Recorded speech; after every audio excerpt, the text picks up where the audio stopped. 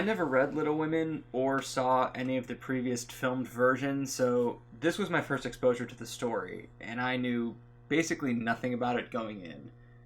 Which is honestly super embarrassing. It's one thing to have not read a book, it's another thing entirely to have not absorbed any of the details of a seminal work through cultural awareness outside of Joey Tribbiani. I mean, I've never read Moby Dick either, but I at least know enough about it that I can answer crossword clues. Moby fucking Dicks. And with this script, which is now your new harpoon, I'm gonna teach each and every one of you to be Captain fucking Ahab. Get it? Huh? Captain who? Captain Ahab. From the fucking book, from the book, motherfucker, from the book. And I think that's important to note, because when I first saw Little Women, I thought it was really, really good. You know, super charming, emotional, great performances, great costumes, score, blah, blah, blah, blah, blah, whatever. And the next day I was texting with the people that I had watched it with, and we were, discussing our favorite moments and moments that stuck out to us in general. And once we started to list them, I realized how many there were. And then I started to think, maybe I liked this more than I originally thought. Which wouldn't be at all surprising. The longest one of these I ever made was for Lady Bird 2 years ago, and how it's deceptively simple on the surface, but the more you peel back its layers, the more you see how smart and well constructed it is. It would stand to reason that Greta Gerwig's follow-up would similarly be enhanced by scrutiny. So that was my take after one viewing, where my only favorite reference for the story of Little Women was this movie.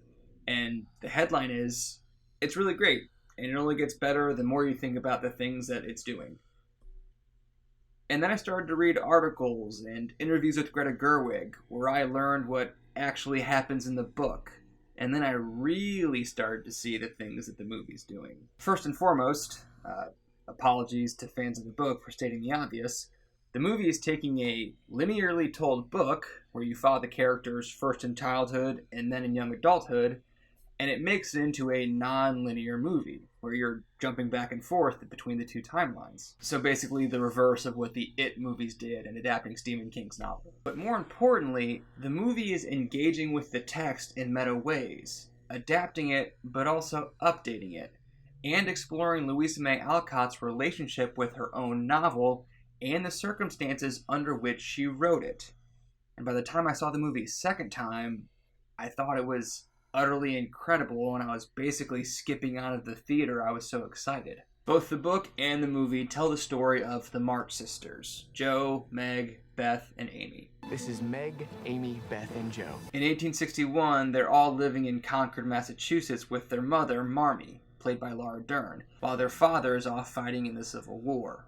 Saoirse Ronan is Jo, the strong-willed tomboy who is always writing and is the clear Louisa May Alcott stand-in. Emma Watson is Meg, a debutante and kind of wannabe social climber, which sounds harsh, but we'll come back to that. Eliza Scanlon is Beth, the shy one who just likes music and for her sisters to get along. And Florence Pugh is Amy, the petulant youngest who butts heads with Jo and who has high artistic aspirations of her own. In the other timeline, it's 1868, and the girls, now women, are scattered around the world. Meg is married with 2 kids, notably still poor. Jo is in New York trying to make it as a writer. Amy is in Paris studying painting. And Beth is in poor health at home with Marmee. And the book separates these 2 timelines into part 1 followed by part 2. But the movie opens in part 2, with Jo in New York, Amy in Paris, and Meg off with her family. Greta Gerwig said that she opened the movie with this diaspora of the March sisters in order to open the movie from a place of longing. According to Gerwig, longtime fans of the book, herself included, when they think about Little Women, they typically think of part 1, when the characters were children, times were simpler, and most importantly, the characters were all together. So when you walk into a movie version of Little Women, that's what you're immediately hoping to see, and Gerwig denies you that off the bat to build that longing, because the March sisters are longing for that time back as well. After we meet the 4 March sisters, wherever they may be in 1868, the movie flashes back to Concord in 1861. And the first time it jumps back in time, it goes from Jo in New York dancing in a German beer hall to the girls preparing to go to a dance in Concord.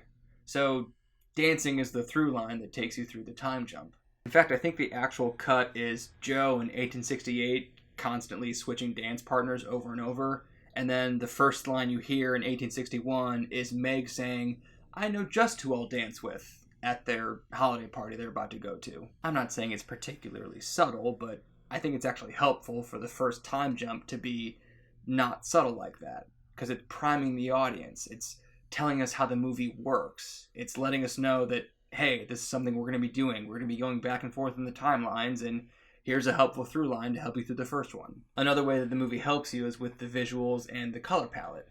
Everything in 1861 is so warmly lit, and there's so much gold and reds and ambers. And in 1868, it's a lot more stark and austere. There's more whites and grays and muted blues. Again, the past is something that's warm and welcoming, something that you long for. And the present is a little bit more serious. Like, the visual difference is so pronounced, I'm willing to bet you could take any frame in Little Women and you'll be able to instantly tell whether you're in 1861 or 1868. And in fact, if you read the screenplay, the past sequences are written in red and the present sequences are written in black. So even on the page, you can immediately orient yourself in the timelines, which is helpful because the movie jumps back and forth in time like a dozen or so times. And just like with the dancing thing mentioned earlier, every time jump is motivated by either a thematic or visual or plot through line. Sometimes it's something as simple as Joe riding in the attic in Concord, cutting to Joe riding in the attic of her boarding house in New York. And sometimes it's more overt, like a plot point that might repeat itself in both storylines. Which, by the way, kind of happens a lot. Like I said, I haven't read the book, but a lot of the stuff that happens in part 2 is either repeating something from part 1, or at the very least, like, rhyming with something from part 1. And so what Gerwig is doing is taking all these repeating and rhyming story beats and stacking them on top of each other to underline their similarity. Notably, Gerwig was hired by Sony to write the script for Little Women before she made Lady Bird, i.e. before she was a highly acclaimed writer-director and one of only 5 women ever nominated for the Best Director Oscar. So I have to believe it wasn't her clout that convinced Amy Pascal to greenlight this. It was probably her pitch to tell the story in this unique way. And to the not insubstantial number of people who were grumbling that we don't need another Little Women adaptation, first of all, I can only assume you'll be staying home for the Matt Reeves Batman next summer. And second of all, this is why. Because it's told in a new, fresh way that illuminates things about the text that other adaptations presumably didn't. Now, after my first viewing, it kind of blew me away to learn that the book isn't told in this fashion, that the book's just told in order, because it works so well in the movie. You know, no small feat for a movie with 2 timelines and a dozen or so time jumps to be so cohesive. Greta Gerwig said in interviews that she'd read Louisa May Alcott's novel so many times as a kid and from such a young age that she literally did not remember a time when she didn't know who the March sisters were. And I have to believe that only someone who's so intimately familiar with the book, who knows the details in her bones, would be able to break the book apart and then put it back together in such a smart way. You know, when The Force Awakens came out, movie critic Bob Chipman said that it was like J.J. Abrams was a kid who grew up loving Star Wars, and the movie was basically him just playing with his toys. And I kind of feel the same way about Gerwig and Little Women, and I mean that entirely as a compliment. Despite the deconstructionist nature of the movie, it's abundantly clear that Gerwig loves these characters and this story. You can see it in how alive the movie is whenever the March sisters are together. They have amazing chemistry, there's overlapping dialogue, and there's just this infectious energy that makes you want to spend time with them. That's why Laurie's a great audience stand-in. Laurie is the rich neighbor boy played by Timothée Chalamet, who has a years-long will they, won't they with Joe. It's my understanding that book readers have a very complicated relationship with Laurie and his will they, won't they, but he is a really great audience stand-in because he loves the March family. All of them. Girls have a way of getting into mischief. Well, so do I. The movie's also very smart about how it introduces Laurie. We first meet him when he crosses paths with Amy in France in 1868. And, not a spoiler because it's in the trailer and in the first 5 minutes of the movie, Amy empathetically tells Laurie, "I'm so sorry, I can't believe Joe turned you down." So Gerwig's taking the famous and beloved will they, won't they, and she kind of gives away the game in the second scene of the movie. As she's explained in interviews, she does this in order to prime us to feel a certain way about Laurie and to color how we feel about his relationships to the other characters, including, but not limited to, his relationship to Joe. To say more would be to actually give away the game, but rest assured, it's very smart what Gerwig is doing here with the lens through which we meet Laurie. Saoirse Ronan playing Joe is amazing as usual. This is her 4th Oscar nomination, and she's only 25, so I don't know, is it too soon to have the Best Actress of Her Generation conversation? Maybe, but regardless, Sean Fennessy on The Ringer said that in Saoirse Ronan, Gerwig has found the De Niro to her Scorsese, which, sign me the f*** up. Laura Dern is going to win an Oscar for Marriage Story, but I think she's kind of better in this.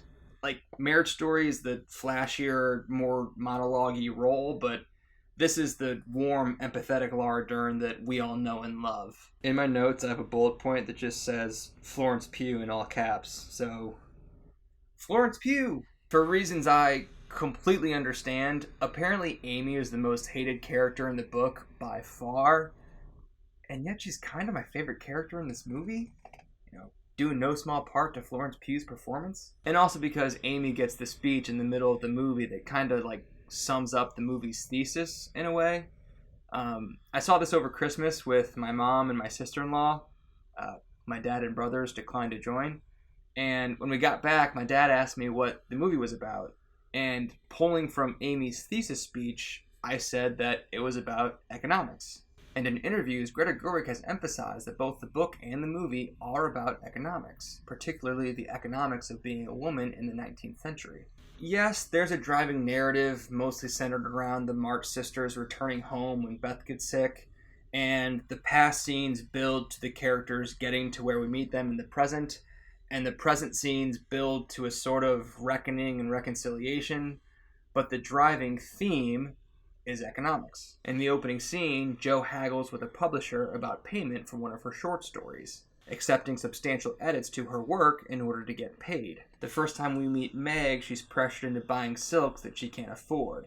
And the first mention of Amy is that unless she marries someone obscenely rich, the family won't stay afloat. There are 2 clips in the trailer of the girl's wealthy Aunt March, played by Meryl Streep, first telling Jo that she needs to marry well, and then later telling Amy that she is her family's last hope now that Jo is a lost cause.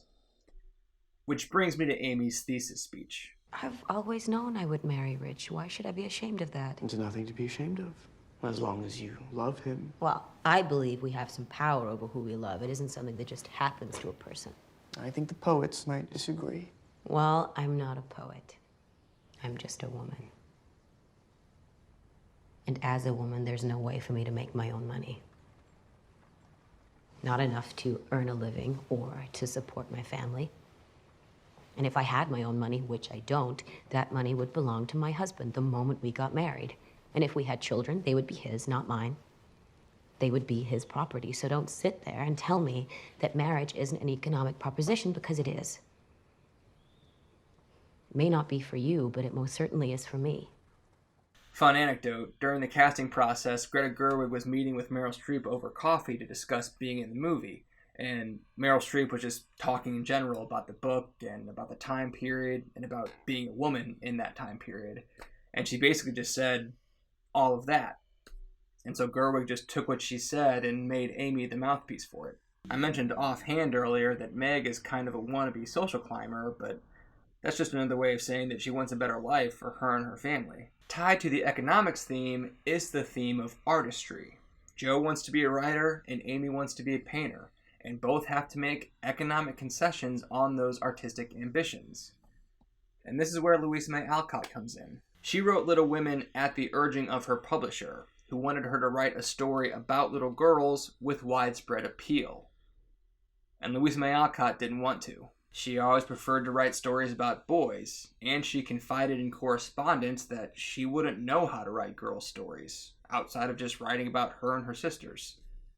So she wrote about her and her sisters. She was never shy about sharing that Joe was her stand-in, unsurprising that the character who's always writing is the author stand-in, but this movie literalizes that in ways that I won't spoil. But like Joe with her short story in the opening scene, Louisa May Alcott had to make plot and character concessions at the behest of her publisher in order to get Little Women published. And this movie fixes that in a meta sense, to the point that the movie is about Louisa May Alcott as much as it's about Joe March. And in some ways, it's about Greta Gerwig as much as it's about Louisa May Alcott. To say more would be to spoil some of the fun, but just know that it's a richly textured movie with so much to love about it, and it definitely rewards multiple viewings. It sure did for me. And not for nothing, the movie helped me understand why this book is one of the most beloved pieces of literature of the last 150 years for so many people. And it's really cool how it engages with the text and the meta-text and helps try to fix some of the wrongs of the circumstances surrounding the book's creation. And in terms of the Greta Gerwig of it all, Lady Bird wasn't a fluke. Not that I ever thought that it was, but she now joins a short list of filmmakers whose movies are events for me.